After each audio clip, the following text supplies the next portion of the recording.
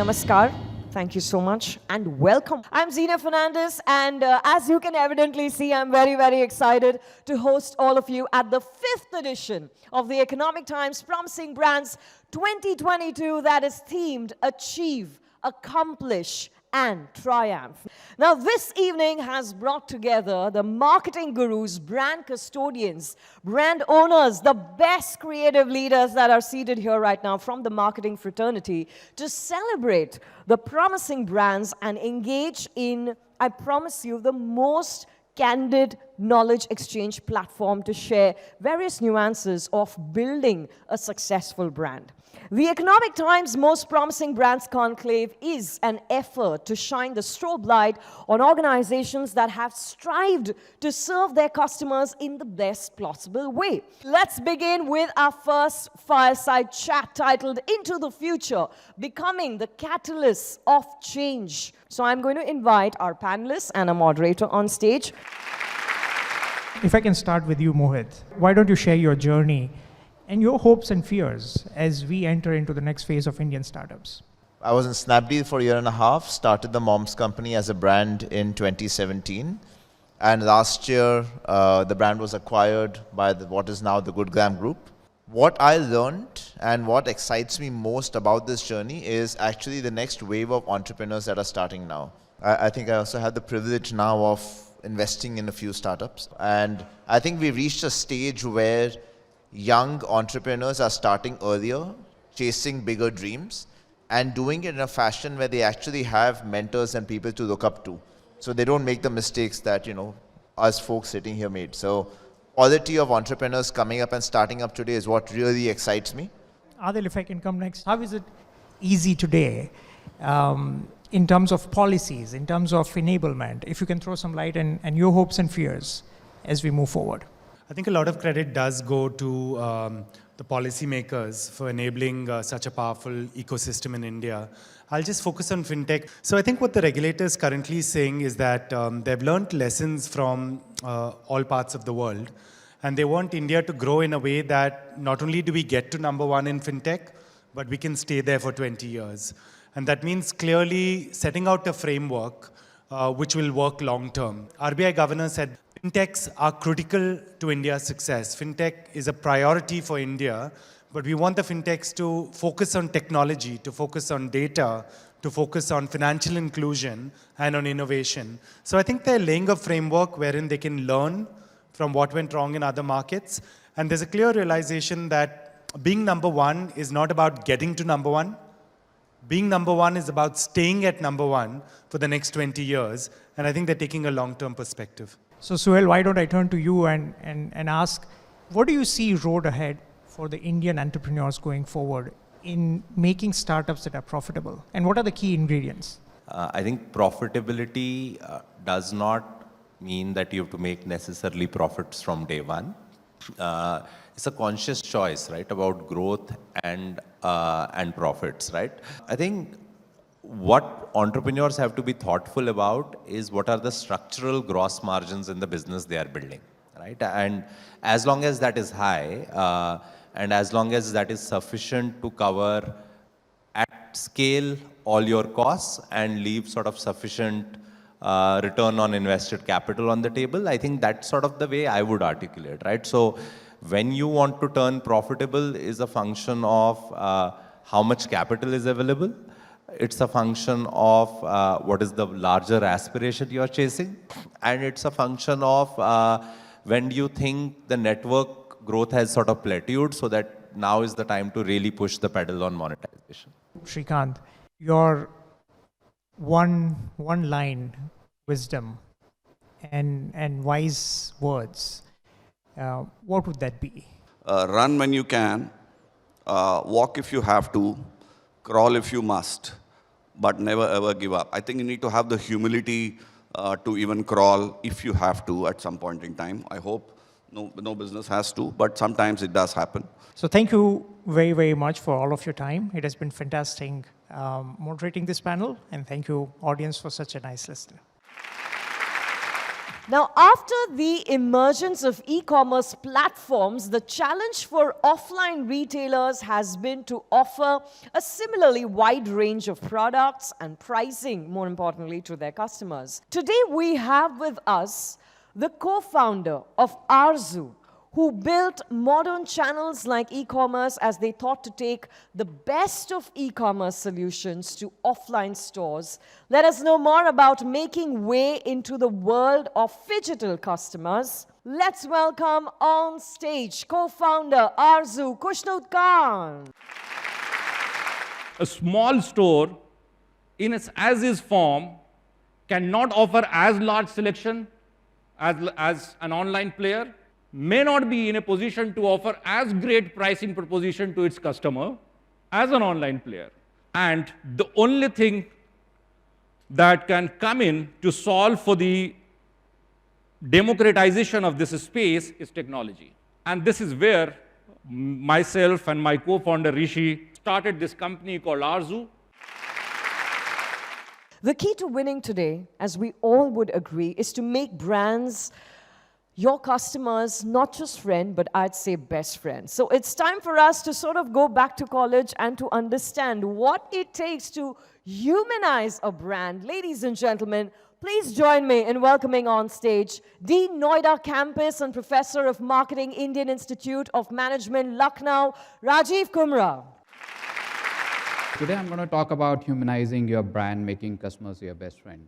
So there is a 4 key takeaways. One is about brand self-personality, humanizing business model, humanizing segmentation, and marketing tactics. So the first one, which is about brand self-personality. So what is happening is that most of us as a CMOs are moving towards very big data analytics. But the question is that the key in humanizing brand lies in a small data. The second is a business model which is human enough. The third is the creative way of segmenting. If you talk to companies, they end up talking about how do you segment on a basis of age, gender, geography. If you talk to 10 companies, you will end up understanding that they almost look identical, irrespective of the industries. They end up talking the same language. But if you're trying to humanize the brand, you have to go beyond it. We are just looking beyond age, geographies, those kind of stuffs to do. Addressing customer with first name can be one great way of humanizing your brand. Thank you very much.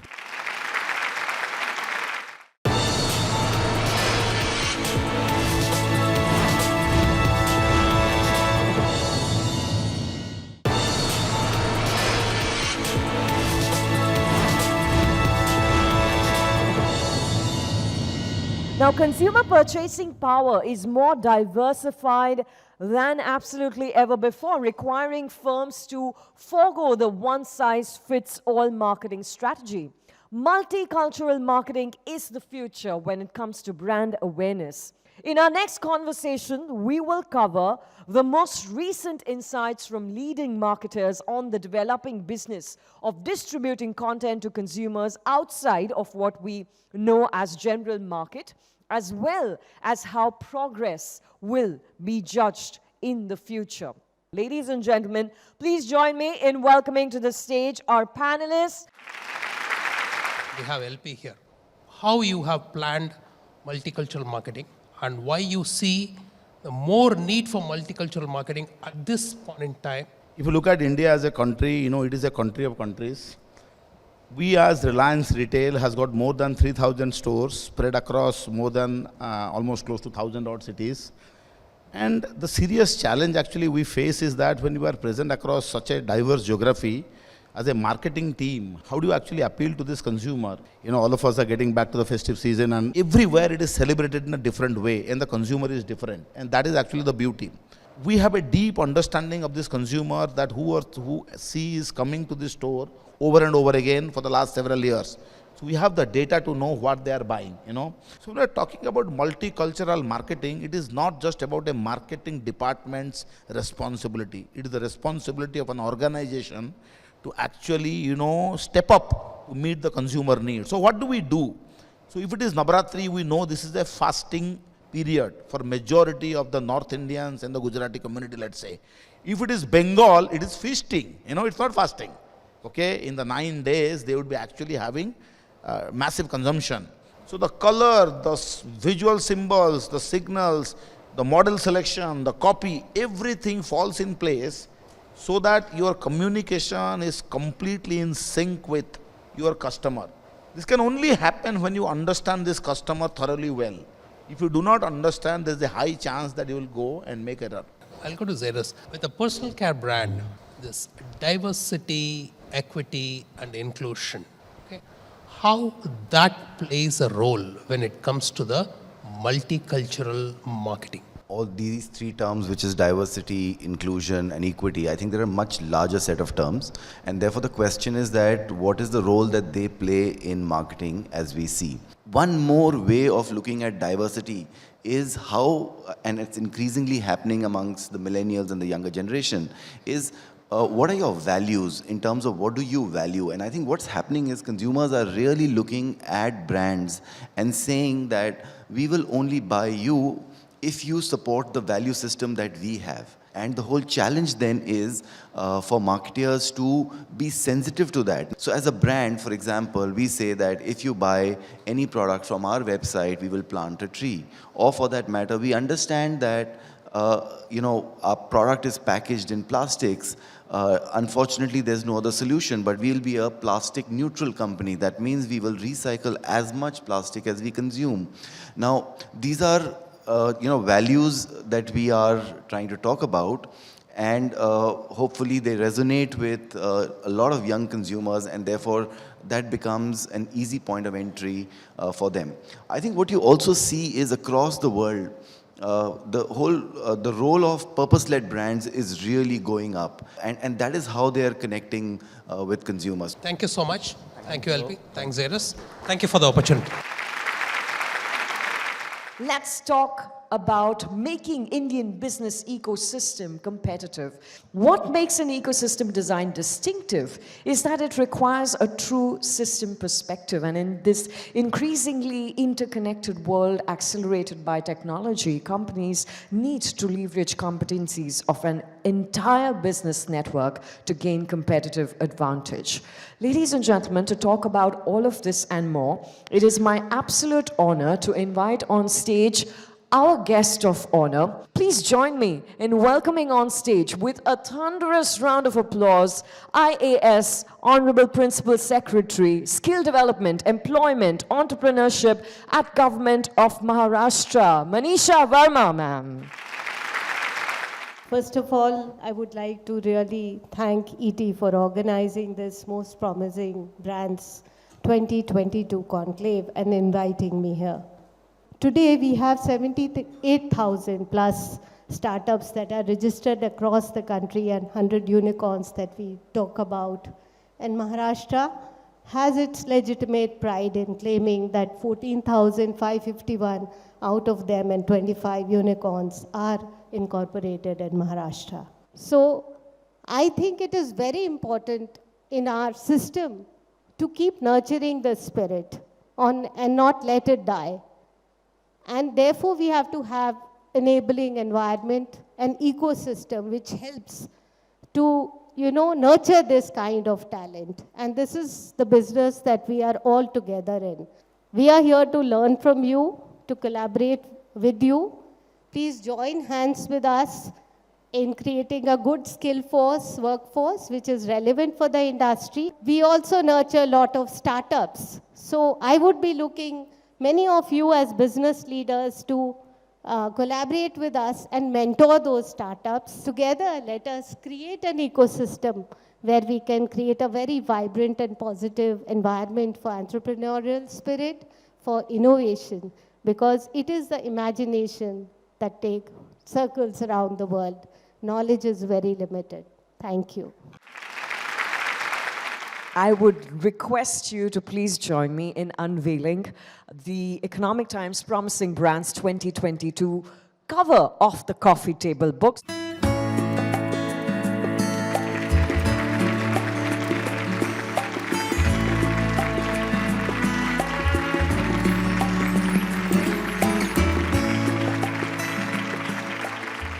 It's time for the Felicitation Ceremony, where we will invite the promising brands of 2022 on stage. So let's put our hands together and welcome on stage 360 Realtors.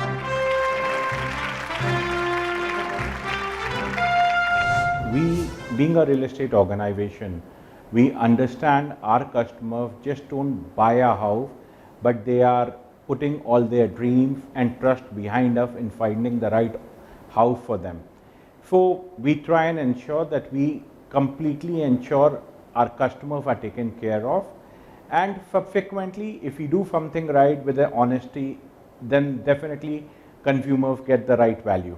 Fractional and tokenization is next future of real estate, and that's where it's going to take it down to. And the next promising band on the list is Arzu.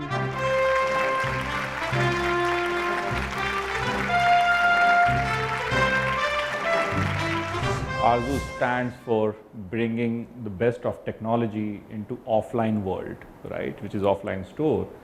And that's where we play the role of an enabler. And we are fueling the aspiration of offline retail stores, where we are powering every store with larger product selection than say Amazon, better pricing than any one of them, and we are fueling all of this with working capital solution for offline store. Post 2012-14, when online emerged in India, right, we have seen that the smaller stores have been at disadvantage because there are few large players, couple of them, who are able to just disrupt the market with I call it inappropriate sort of pricing, because you are doing to acquire customers, you are disrupting the entire space, and you are disrupting the livelihood of millions of store owners, right?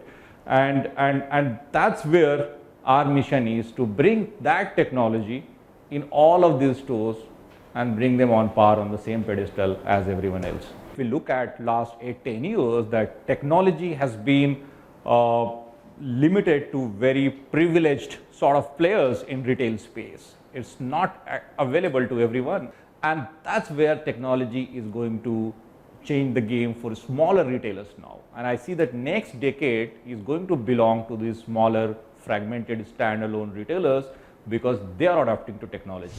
Okay, on that note, let's welcome Capital Small Finance Bank.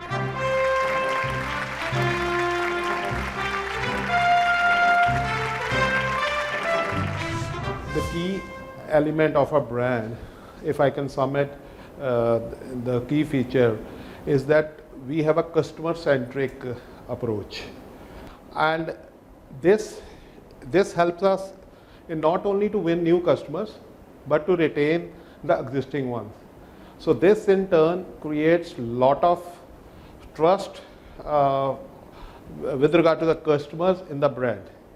And another key element over here I would like to mention is our elated workforce. The way they deal with the customer, again with the same customer-centric approach, again creates a lot of trust in the customer, in the brand. We are into banking, into financial services, and all needs of the customer we try to fulfill in a single window system. This all leads to the trust that the customer has in the brand. Now, please put your hands together and welcome Floret. At Floret, we thrive to give our customers the best products and the best kind of materials which are good for their skin. We are continuously, diligently working towards giving our customer a feeling of freshness, and as our tagline says, beautiful every time, so that feeling of inner beauty whenever they wear our product. A lady knows whenever they are going to buy a Floret product, they'll be pampered with latest trends, styles, prints, international level silhouettes, and I think that they won't find anywhere else in India. Up next on the list is Happilo.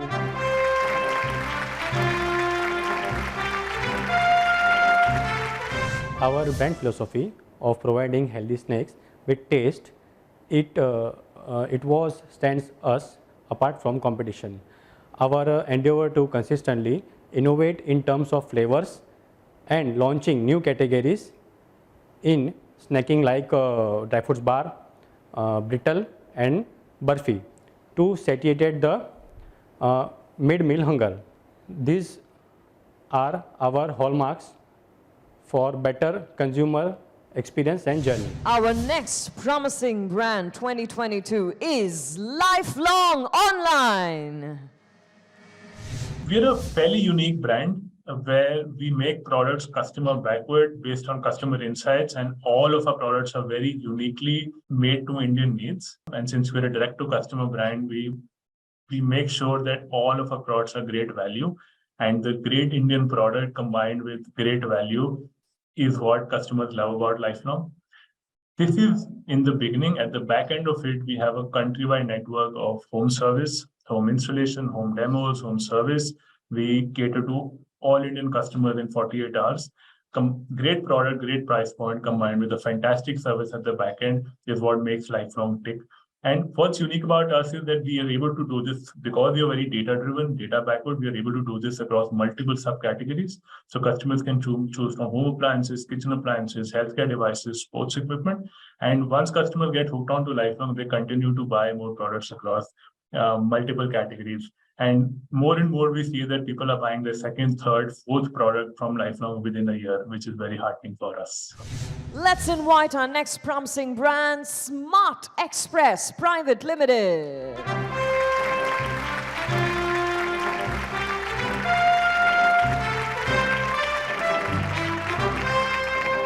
I think in today's world, innovation drives the entire thing. Over the last so many years, customers were looking forward to variety of products which none of the company was offering. I think we are the one, we have come with variety of products with our thought process and innovation. And for Ground Express, for Air Express, we will be the most preferred logistic partner over the times to come. And we are breaking the myth that high quality is always at a high cost. What we believe that you can get high quality may not be at high cost. Ladies and gentlemen, this brings us to the end of the Felicitation Ceremony. I'm Zina Fernandez, your host, signing off for today. Thank you so much for joining us and making this a truly momentous occasion.